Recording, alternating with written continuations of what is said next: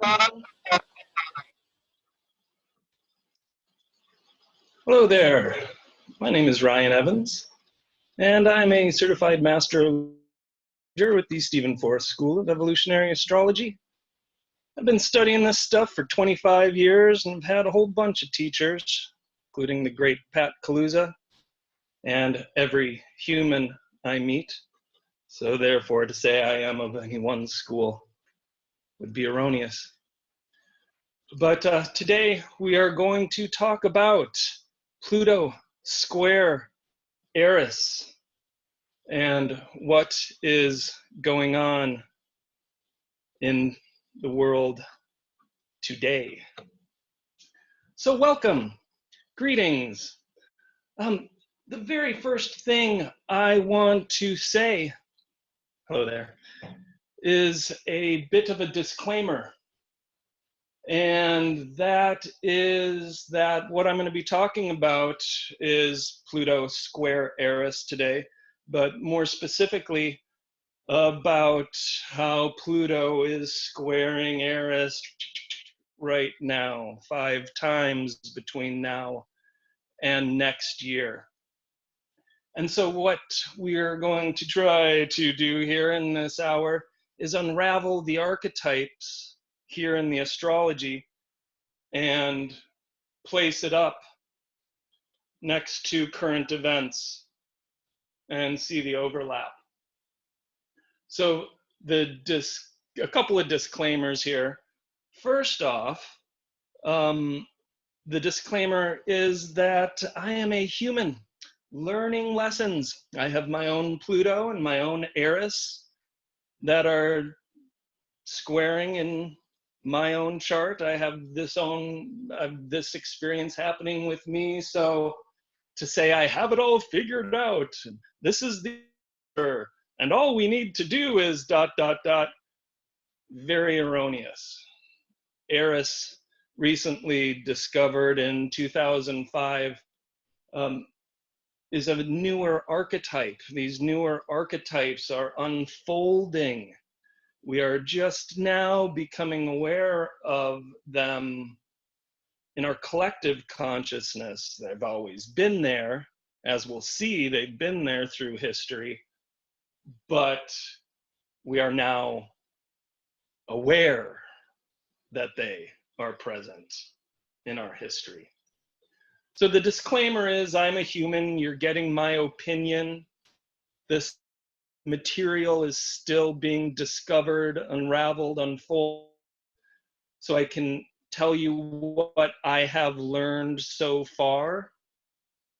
And what I have learned so far has come from my teachers, Stephen Forrest, etc. before that. But most of what I have learned from ERIS has come from my incredibly brilliant wife, who is a master astrologer in her own right, Victoria Long. So much of what I'm going to talk about today has come out of our discussions and her brilliant mind. So I want to give props to my wife there. I'm just the messenger here. The last disclaimer here is that I was born and raised in Minneapolis. My parents lived there, my brother, my sister, cousins, best friend, 2 blocks away from ground zero there in the 3rd precinct a few days ago. So I've had play-by-play action from the front lines there via my buddy, the great Rabbi Bubba Bruce Axelrod, poet, laureate of South Minneapolis. So props to him and gratitude for keeping me abreast of what's been happening on the ground in Minneapolis since Memorial Day. So the material that I'm going to discuss today percolates out of the situations that came to a head this last week here, Memorial Day, with the tragic death of George Floyd. So trigger warning for Ryan, a lot of the material I'm talking about today hits really, really close to home. In fact, does literally hit home. So Pluto square ERIS. What I'm going to do here is I'm going to take this apart, take these ingredients apart of this Greta pizza pie, take it apart and put it back together and present it as a whole pizza. We're going to look at the astronomy, the meaning of Pluto, and the astronomy and the meaning of ERIS. We're going to look at the ERIS-Pluto cycle through recent history, and we are going to look at the waning square between these two planets and what that means and what the best of all possible expressions are for these two of the most intense archetypes currently in our astrological archetypal system. So, you know, I want to take a moment, I guess, and just acknowledge the times.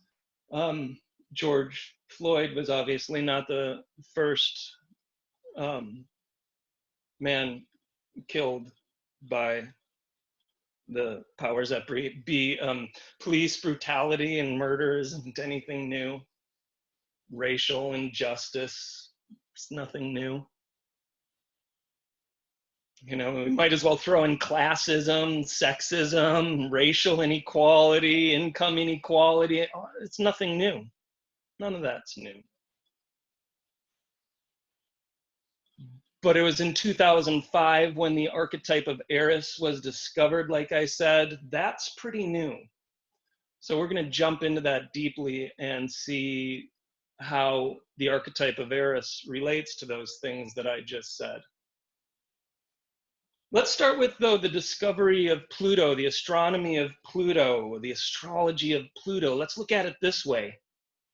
And I'm taking, just so you know, I'm taking literally a 5-day workshop here, taking each day, trying to put it into 10 minutes. So bear with me. Pluto. So we've got the sun, right? We live in a solar system. Everything revolves around the sun. That's the center, okay? Take the sun out of the equation, there's no solar system, we can stop talking. But the sun, the core essence of existence, take the sun out of the equation, you are dead. The sun gives life. The sun is our existence. That's the essence of our being. We say, I am a Sagittarian. M equals sun. Well, once we have the sun, when we start looking around, there's Mercury. And then once we look around, we say, oh, what do I want? Oh, there's Venus, okay? How do I go get it? There's Mars. What's the big meaning of it all? Jupiter, you know, once we cross that vast archetypal hazy field of archetypes known as the asteroid belt, you know, we come into the transpersonal planets, or you know, where we connect with the bigger picture. So we've got Jupiter, our big mission, the meaning that makes it all worth it. Once we have found our meaning, we have to make that real with Saturn. Saturn used to be the end, you know, the brick wall of reality, they say, you know, death and taxes, life sucks, then you die. Hey, there's Saturn, right? Then we discovered Uranus, 1781, shook up the whole system. There's revolution there, right in between the American and French revolutions. So Uranus came to signify, reflect that part of us that needs to stand up in our truth and say, hey, this down with bosses, no more bosses, no more kings. 1865, right in the middle of the American Transcendental Movement in literature, Thoreau, Emerson, Whitman, we were starting to say, hey, we don't need no priest. I can talk to God all by myself through nature, through the heart, through love, compassion. All these Eastern philosophies are infusing themselves into Western culture. So Neptune came to represent our ability to connect with that which is greater. And so if you think of the planets stacked up, we come to Neptune, the last of the gas giants, and we open our arms up and say, okay, Spirit, fill me full of light and inspiration. I can feel the Holy Spirit coming through me, amen, that's Neptune. But in order for a really clear transmission to occur, we have to go through this other hazy band of archetypes, of which Pluto, the first, and is therefore the ruler of. So here's this hazy band of archetypes, the Kuiper Belt.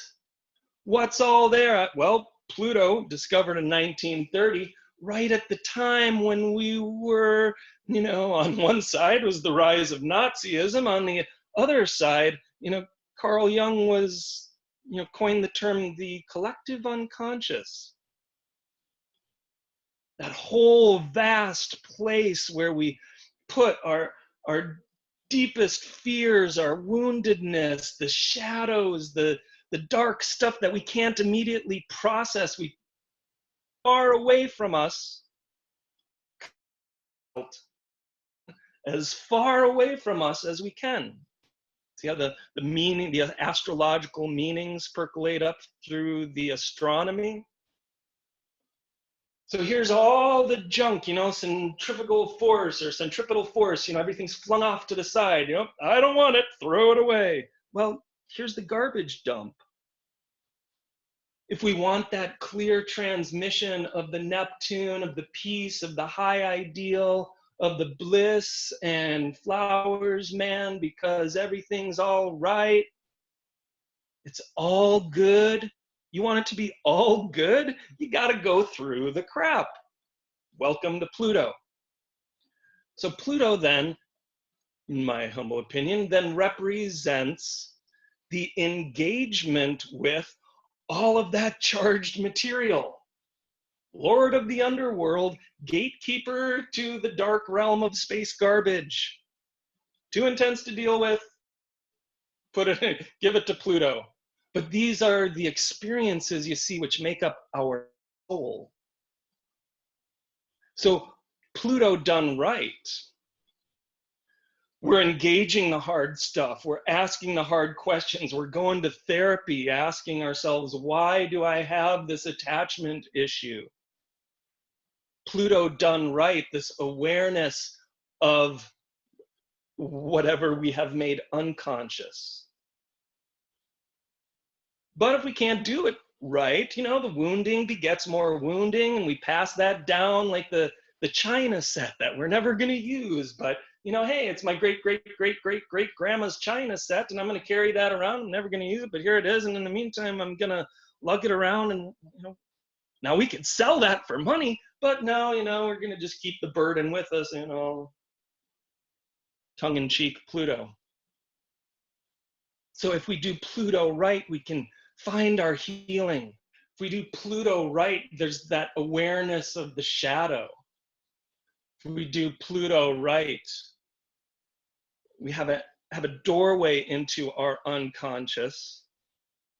And then all the demons and hell and junk and woundedness and pain and everything comes out, but hey, we get to deal with that. And that's what healing is. So Pluto done right is deep healing.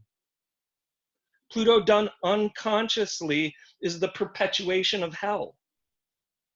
That's a pretty intense archetype. So Pluto, Lord of the underworld, gatekeeper to this realm that ERIS lives in. So here's all these hazy archetypes. What are all the wounds that are in there? What are the specific wounds? Well, let's talk about ERIS, since that's what we're talking about. ERIS discovered 2005, January 25th, 2005. And somebody looked at a picture and said, wait a second, there's something there. The picture was taken in 2003. But wow, something's there. What is it? I don't know. It's going to be an asteroid or something. Let's name it Xena, the warrior princess. Mike Brown said, we chose planet X, because we didn't know. We thought it was the 10th planet, X10, call it planet 10. Well, what are we going to name it? X. Well, what's a female name, because we want more females in the archetypology or in the astronomy. What should we name it? Xena, the warrior princess. It was on TV at the time. So this newly found archetype kind of shook the astronomical community. It's like, well, what do we call a planet then? Here's this new thing. Pluto is no longer a planet. You're demoted. Pluto was like, we'll see about that. And sure enough, Pluto is now a planet again. But ERIS came along and shook up the system a little bit. It made us question, hey, whoa, we had this thing going. We thought that this was the right way to do things. And then all of a sudden, this rogue element comes in here. And I guess we got to change things. You see how the astronomy and the astrology are so intimately linked? I love quantum physics. So 1930, when Pluto was discovered, the rise of Nazism and the rise of our awareness of the collective unconscious. One was the unawareness of the shadow percolating up. The other was the awareness of the shadow percolating up. 2005 went on.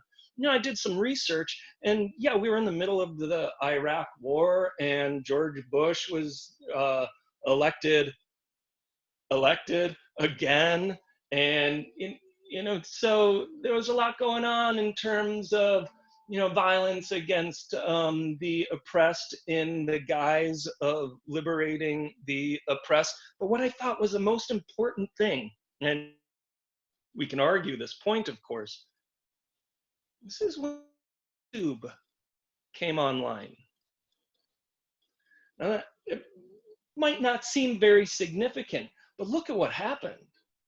YouTube gave the smallest, most insignificant of us, the meekest of us humans, a platform in which everybody could see. Very, very important to the mythology of ERIS. But the way things evolved, Xena didn't stick, unfortunately. It was a great name because Xena was the warrior queen who went and fought the good fight for the people. Another astronomical key to the astrology. So here's this archetype, not really precisely named, but named well in terms of the archetypology. Well, what are we going to name it? Oh, I guess it's got to be in the Greek pantheon or Roman for this matter. Let's call it Eris, goddess of discord and strife. She shook up the astronomical community, so let's give her a good name, right? So here's the myth of Eris. She initiated the Trojan War by causing the judgment of Paris. All of the gods and goddesses, all of Olympus was invited to the wedding of Peleus and Thetis. And there was one goddess who was not invited to the party. And you guessed it, it was Eris. Now, Eris had purple hair, and she had several piercings on her nose. And her children were those who were put into Pandora's box. So her kids were a little unruly. Hope, that was the worst of them. But, her kids were put into Pandora's box. So, no. We want a civil party. We want our party to be our way. Our party, and we don't want any of the shenanigans from any of those hooligans, from any of those thugs. So Eris had been snubbed because she sometimes made trouble. And so she was a goddess, though. It was her right to be there, but she was snubbed. So here's the kings and queens, queens specifically, they didn't want her around. So here's the queens, the powerful, radiant beings of Olympus. for all intents and purposes, being dumb. You don't not invite the goddess of discord and strife to a party, because guess what's gonna happen? Well, the goddess of discord and strife is misnamed. She is the goddess of justice. She is I would give her co-rulership of Libra. So here's Eris, feeling slighted, feeling snubbed, feeling dissed, feeling sidelined. It's like, wait a second, I'm feeling disenfranchised here. Hey, can I take this to court? We are the court. Hey, can I go ask a goddess to prove justice on themselves? No, that's not gonna work. Eris is like, what the heck can I do? How do I find justice when those who disperse the justice are themselves corrupt? So Eris, in her brilliance, says, I'm as a goddess, it is my duty. As the goddess of justice, it is my duty to show them the error of their ways. So what can I do? Oh, well, if the error of their ways is this selfishness, this superiority, this etc. She took a golden apple and she wrote "For the fairest" on it, and she said they'll destroy themselves. Threw it into the crowd of goddesses, and the first ever cat fight ensued. So to settle it, well, first, yeah, Hera, I'm the fairest because I'm the queen of Olympus. And Athena was like, well, I'm the wisest one. And Aphrodite was like, well, I'm the most beautiful. And they went nuts kind of on each other. Again, catfight is first ever. And so to settle it, Paris, the prince of Troy, was appointed by Zeus to settle the matter. Okay, Paris, you decide. And so they were all like tempting him. They stripped naked. And of course, Aphrodite won. What do you want? You can have anything. Just pick me as the fairest. He picked her, and Paris chose to have the Helen, the wife of the king of Sparta. And the king of Sparta did not take too kindly to that. Welcome to the Trojan War. So that the mythology there is, what do you do? How do you find justice when the judge is corrupt? What do you do when the king is insane? She had no choice but to appeal to the goddesses' more primal sides and have their own insanity destroy them. So therefore, Eris, the goddess of justice, says enough. Enough. Enough of the BS. Enough of the oppression. Enough of the disenfranchisement. Enough of the racism, classism, sexism, enough. And she throws a golden apple into the powers that be in order to Hope, one of her kids, in order to ask her child Hope to help with maybe teaching the goddesses a lesson. Did it happen? Well, heretofore it has not. So Eris represents the disenfranchised, the meek, the weak, the slighted, the shunned, the sidelined, the maligned, the wounded, the frantic, the hopeless, and the voiceless. And she says to us, there is justice. But what do you do when the king is insane?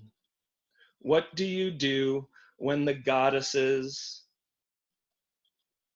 have some evolving to do?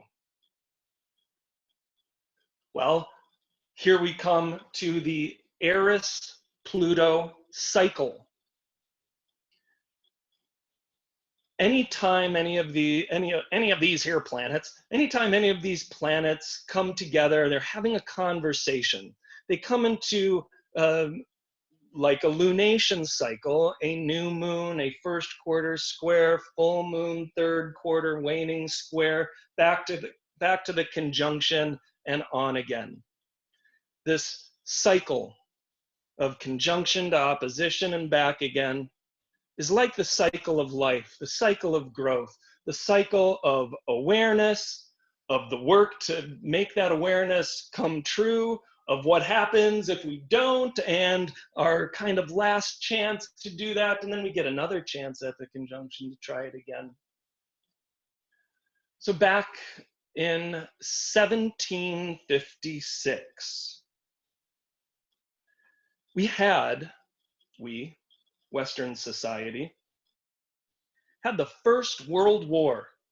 Back in 1756, at 18 degrees and 32 minutes of Sagittarius, we had a Pluto-Eris conjunction.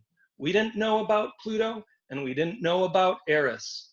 Therefore, the level of maturity in the leaders, in the people, a lot less than they were now in terms of the Pluto awarenesses that I was talking about and the Eris awarenesses that I was talking about.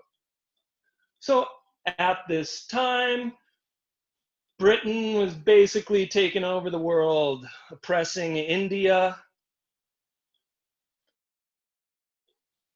You know, not to do a whole history lesson, but at the Pluto-Eris conjunction was basically the First World War. You had Prussia, Germany, and England against France and Austria and Russia, probably a few more that I'm not thinking of right now. Again, I'm not Mr. History, but at this time, Winston Churchill called it the First World War. And it was at this time when the powers that were vying for control of the planet. You know, Britain had the colonies over here and they're fighting France to try to, you know, this is my, I'm going to take over these people. No, we're going to take over these people. No, they're going to be our friends and we're going to fight you. No, we're going to friend these people and we're going to fight. Oppress the Native Americans. Oppress the American Indians. Oppress the Indian Indians. Not quite the beginning of globalism, that was a while back, but this was the beginning. Some history scholars could say that this is the beginning of globalism, the beginning of multinationalism, the beginning of, I think our country can take over the world. So fast forward to the waxing square is 1907. A lot of time goes by. 1907. By this time, America is feeling pretty strong. By this time, well, there was that big earthquake in San Francisco. My past life, can't forget that one. But we had the first radio transmissions, the first airplanes. The world was really expanding. So the powers that be in their desire to oppress, Pluto can be power and control. And remember Eris, the sign of the meek and the disenfranchised. Pluto ERIS cycle. Let's have power and control over the oppressed. How well is that working? First quarter square, 1907. You know, it was around this time America was, who had, you know, they went to America because they were oppressed. And now America was percolating up, hey, we can be the oppressors too. Nicaragua, Haiti, Dominican Republic, Cuba, I believe was the first big one there, 1907. Took over Cuba, because why? We could. Fast forward. So we fast forward then to the Pluto-Eris opposition. Now the Pluto-Eris opposition came in November 76 to somewhere around 78, 1978. So what did we have here? 1977. This is monumental. And again, it sounds kind of small and insignificant, but this is monumental as a reflection of the Pluto-Eris opposition. The Sex Pistols, the Ramones. We had punk rock. What was punk rock? Down with the establishment, no more establishment. Down with the man, no more man. Now we have, Bob Dylan had been, of course, singing that. We have that with the Pluto-Uranus conjunction in the mid-60s in Virgo. Again, wasn't anything new. And at this time, Eris was not yet discovered. So the global penetration we weren't ready to really make any strides yet. So what could we do? Hey, we could express it with our punk music. So blessings to the Ramones and the Sex Pistols for typifying the Pluto-Eris opposition. Here's another thing that came up. Star Wars came onto the scene, and that whole mythology, synonymous with the discovery of Chiron in 1977. Oh my gosh, we have some wounds and I can do something about it? Wow, my father is a Sith? What the heck do I do about that Chiron journey I've got to go on, yo, says Luke. So now we fast forward, again, 2005, we came into awareness of this. And in 2005, like I was saying at the beginning, YouTube came on. We were deep into the Iraq war. Now, again, YouTube doesn't seem like that huge, but what it did was it gave voice to the people. It gave us the ability to take our phones and really record stuff. Now, before that, yes, Rodney King was filmed. And yeah, there were riots, as there should have been. And yes, we were aware of the oppression. And it wasn't too long after that NWA came out with their album, with their song F the Police. So it's not like this energy hasn't been building for 300 years. But now we come to the square. It's January of this year is the first hit. 10 days, so 8 days from now, second hit. There's another 3 hits between now and the end of next year. Pluto is in its waning square to Eris. The waning square is very important astrologically. If you can imagine what it means for the seed to drop from the sunflower and fall to the ground. That's the waning square. We've got to let go of whatever has been and put our focus onto what we will become. That takes a lot of work. That's the square. That ain't easy. That's the square. Can be some of the hardest work we have ever done in any lifetime. That's the square. So here's Pluto squaring ERIS. And Pluto is saying, what is it that we are not exactly aware of? What is it that we desperately need to become aware of? How can we become aware of that which we are not aware of? Pluto puts our wounds in our face. Yo. Pluto takes the darkness and turns it up until we get it. You walk past the china. Okay, there it is. Oh, there it is. Okay, yep, it's still sitting there. Oh, it's taking up some room where I could put a different cabinet or some nice things. There it is. It's going to be in our awareness until we get it. Oh, there's that wound. Oh, there's that wound. Oh, there's that wound. Oh, there's that wound. Oh, there's that wound. Pluto wants us to get it. Pluto wants us to see the darkness. Pluto, the lord of the underworld, is a god. I'd like to think that the gods and goddesses are all here cheering us on in our evolution. There is no out there that is like, haha, I am here to kill you. I am here to hurt you, Pluto, and then therefore I am underworld, so I'm going to bring you down because I am evil and blah, blah, blah, blah, blah. No, Pluto will say, the evil's going to come up until you get aware of it.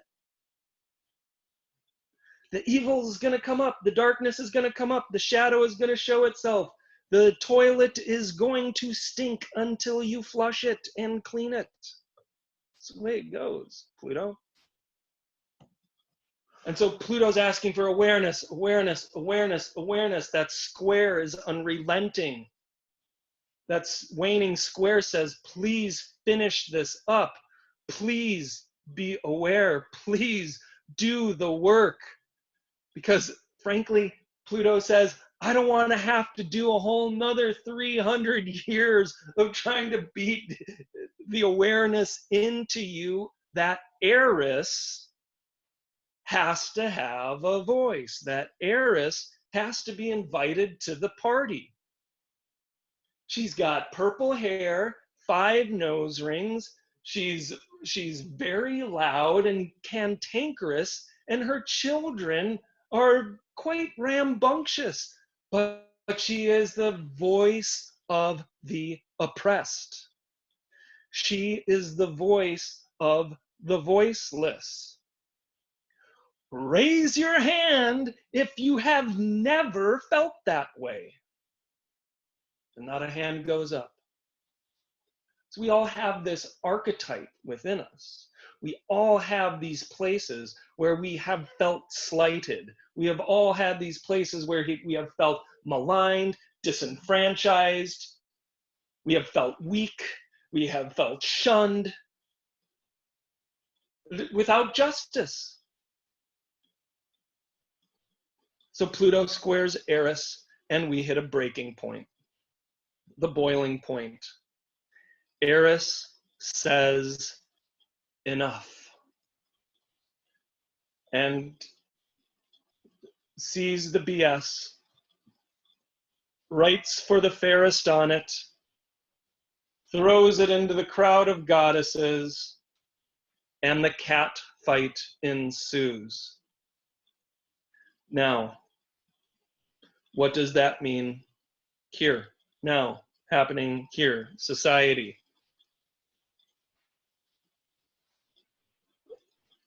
So many blessings on George Floyd and his family and friends and my hometown of Minneapolis. He is one of thousands.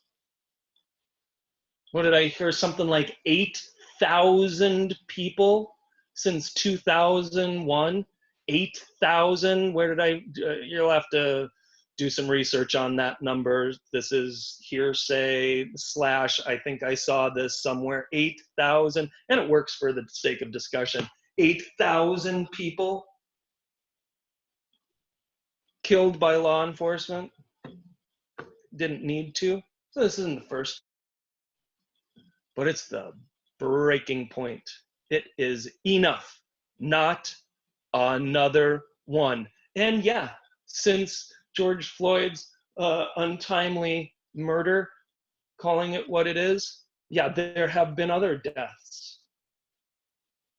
Is it gonna stop? I don't know. But here we are. Do I have answers? Not really. First and foremost, full disclosure. Do we have answers for this?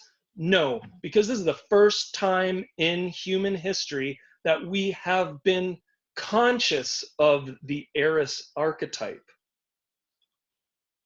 let alone the first time we have been conscious of Pluto squaring ERIS. So we are in new territory here. We are completely making it up. There is no blueprint as to what to do. So here we are making it up. So the here we are now is Pluto square Eris for the rest of this year and all of next year. The chant should be enough, enough, enough, no more, no more. So I can sit here and preach organic agriculture. I can sit here and preach an enlightened, conscious, engaged form of communism. I can sit here and preach equality and unity and compassion, the interconnectedness of all things. Thank you, Neptune and Pisces. I can sit here and say, whatever you do to the least of my brothers, that sisters, that you do unto me. I can say these things, but there is no blueprint now as to how we are going to rebuild a society of the meek is heard. I don't know. Welcome to the waning square. And so therefore, if we include just looking at the Pluto and Capricorn archetype, but if we also include, say, the United States Pluto return, the precession of the solstice point over the sun of the United States. There's so many astrological factors right now that are showing us that the old ways of empire, calling it what it is, the old ways of empire, which have its roots all the way back there in, what did I say, 1750. Whatever society has, whatever shadows, whatever darkness, whatever hell and grossness that has existed in the powers that be, since then, are now must change. So I would, love for it to be peaceful. I would love for everyone to just say, oh, wait, no, that's not going to work anymore. Shift. That's idealistic. Because the structures that exist right now are very, very old and have some pretty solid foundations. It's a very big building. That's why we're seeing lots of buildings on fire right now, lots of buildings with graffiti, lots of buildings getting smashed. We do. We don't know how to find the right voice that will allow the powers that be to actually hear and give credence to. But we are in that process. Pluto square Eris. By this time next year, I could hope that we have some really detailed plans as to how to move forward as a society. Right now, it's about awareness.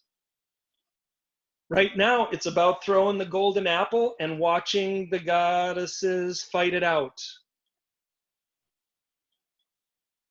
So the remedy, we're not there yet. I'd love to say, oh, just apply, everybody go out into their backyard and plant a little garden. Yes, that's part of it. And if anyone needs any help with that, I am a certified organic cut flower farmer for 25 years. And for a low, low price of $19.95, $95, I can do some consulting for you and tell you how, yes, to grow your own garden. But it's just a little piece of it. This is what I can do right here. Get some arugula for myself and my wife and family. On a global situation, it's right now, the voices have to be heard.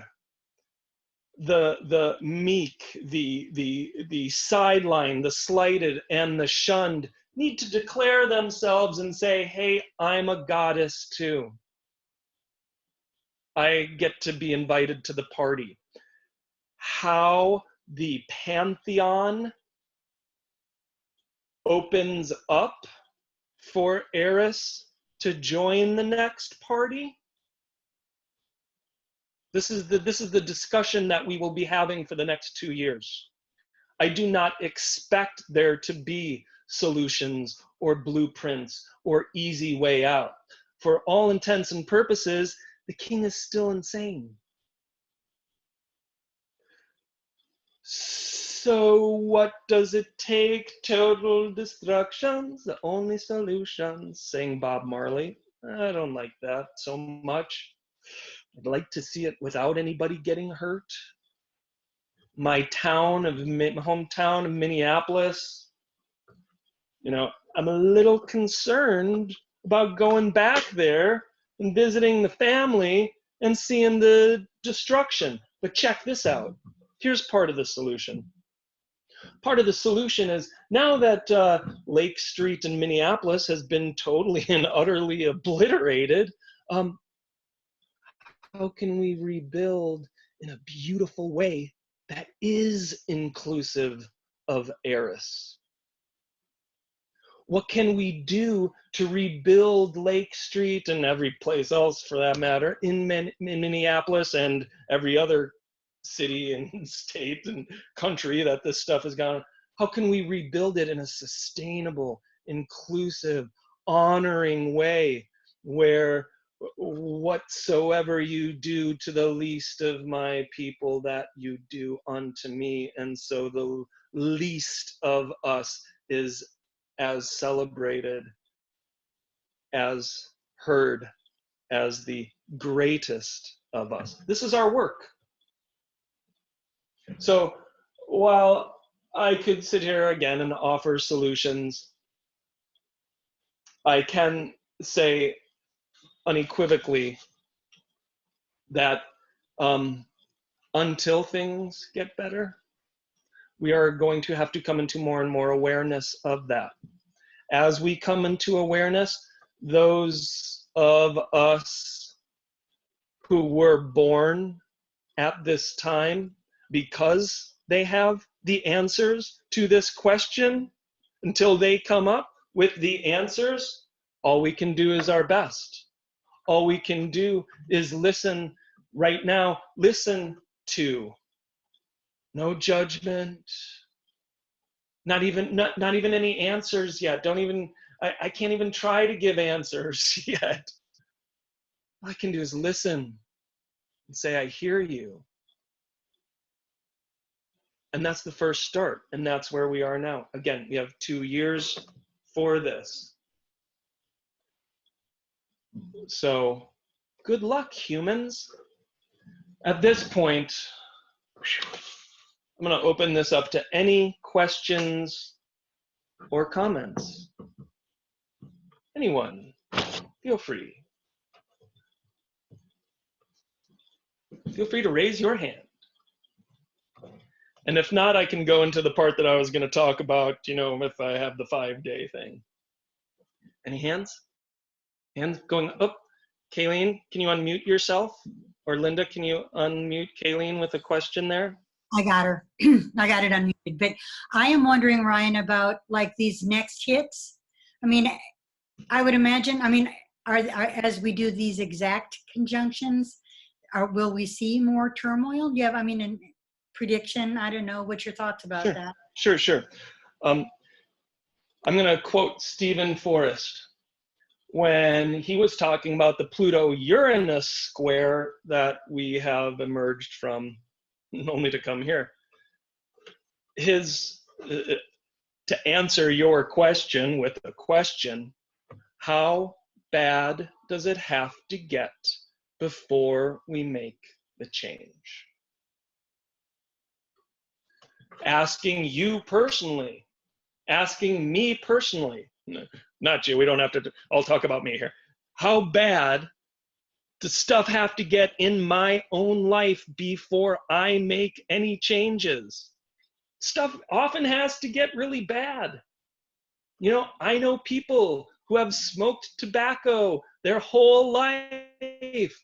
Oh, they have a heart attack. Now they've quit. That's how bad it had to get. They made the change, but that's how bad it had to get. So for me personally, I'm trying to make as many healthy, conscious changes in my own life without it having to get so incredibly bad. But I also know that in my life, I've only really made the hardcore changes when it has gotten so bad. So how bad does it have to get? Are we going to see more? I don't know. Is there a system of government on this planet? I can only speak of the United States right now because I have no engagement with other countries. I can see what I see on the news, but I don't know how it relates. And I'm talking about the United States just as the great central superpower. Are we currently in a place where there is racial justice, where police brutality, the curve has at least flattened? With the chaos that is going on in this country, there are some really beautiful things coming up. Case in point, my buddy who lives 3 blocks from ground zero in Minneapolis, where the first agent provocateur knocked out the very first windows of that AutoZone. 2 blocks from there, and he saw his whole street burning out the window. My brother there then went to the Sanford school and was giving away food drive, and all of this food was coming in from the people who had stuff and going at people who didn't. You can see the pictures. People in Minneapolis, I can't speak about other towns, but I know for a fact people in Minneapolis got out there with brooms and dustpans and mops and cleaned that up. That wasn't the National Guard. That wasn't our federal government cleaning it up. That was the people taking their power back. So that's getting better. My brother, Bubba, said, the outpouring of, he said, is intoxicating. So there is hope. Oh yeah, there's hope. Look in yourselves, you who are listening to this in present time or recorded time. Look at yourselves. Where have you felt disenfranchised? Because what's happening out there is happening in here. So there are parts of us. I mean, here I am, blonde-haired, blue-eyed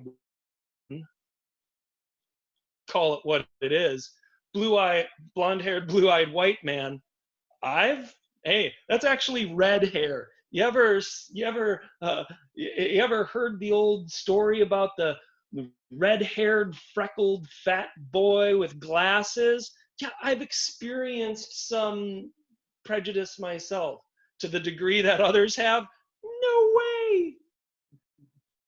But still, here I am. It's still me. Do I have Pluto ERIS happening somewhere in my chart? You bet I do.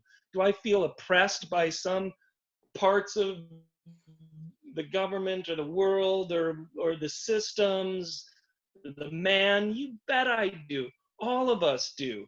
And so it's up to all of us individually to find our own voices that have been snubbed, that have been maligned or sidelined, or, you know, to find that and to speak up and to take our power back. So, is it going to get worse?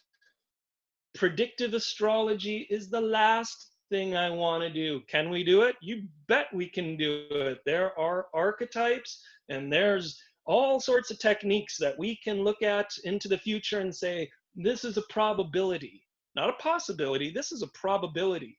In fact, if anyone here wanted to revisit any of my lectures that predate 2020, Uranus and Taurus, the Pluto return of the United States, I talked about all this stuff. I said the words, the potential for martial law next year, in December of last year. So we can do predictive astrology. Do I want to do predictive astrology? No way. Do I want to say what's going to happen? No way. Yoda said, always in motion is the future.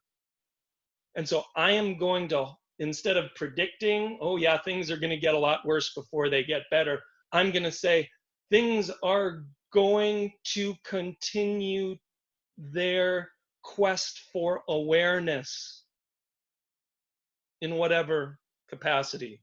So the more aware we can all each individually be here over the next 2 years to speak up about our truth, to seek justice for those who have been unjustly dealt with, to see those who are in power in this place, for justice to find them. What's that going to take? I don't know. Good luck, humans. That's what we got. So it's up to us, you, me, to do that in our own life, in our own way, eventually come together as a group of people speaking up and see what change can happen. Any other questions or comments? Yes, Ryan, thank you for that. Regarding the personal level of this, I know you're looking at a wider collective level. How about, because Eris is in Aries, this is the sign of the self, the individual. How about when we are feeling disenfranchised in relationships?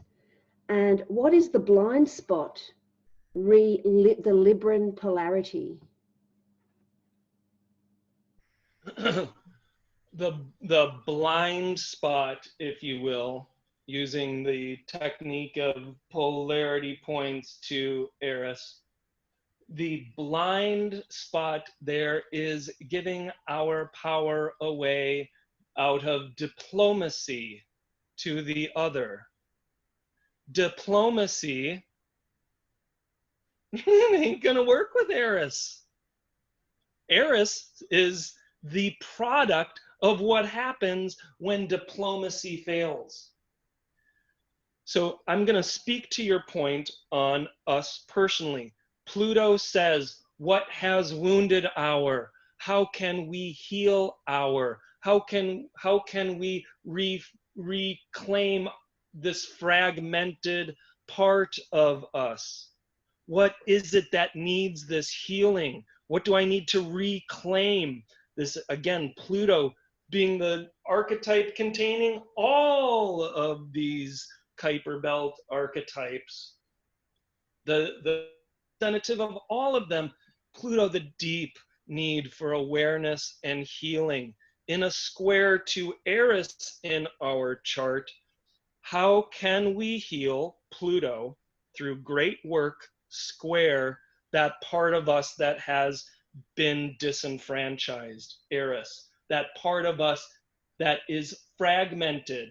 If we want to go on a very, very deep, ultra deep soul level, our soul, many of us have parts of our soul that have been fragmented away from us because of trauma associated with stepping into our power, Eris in Aries. Where that percolates up in your chart is different for everyone. Pluto in the 7th house, squaring Eris in the 10th house. What has wounded your ability to trust, 7th house? If you can heal it, then there is a corresponding revolution to our speaking up to the world with our power.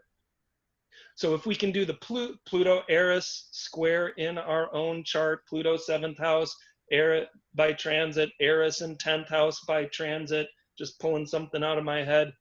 If we can heal our trust function, the function of trust, 7th house, then we can speak up in a powerful way in the world.